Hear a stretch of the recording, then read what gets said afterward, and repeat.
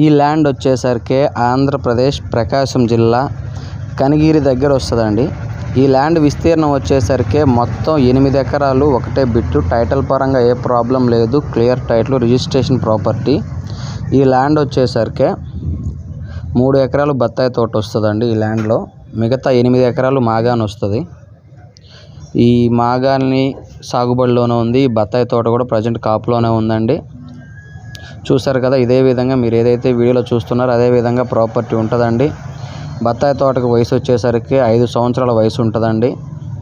మాగానండి, మీరు చెప్పాను కదా మిగతా 5 ఎకరాలు మాగాని అని చెప్పాను కదా, ఈ 5 ఎకరాలు వచ్చేసరికి మాగాని. ఇక రేటు విషయానికి వచ్చేసరికి 1 ఎకరా 6,50,000 రూపాయలు.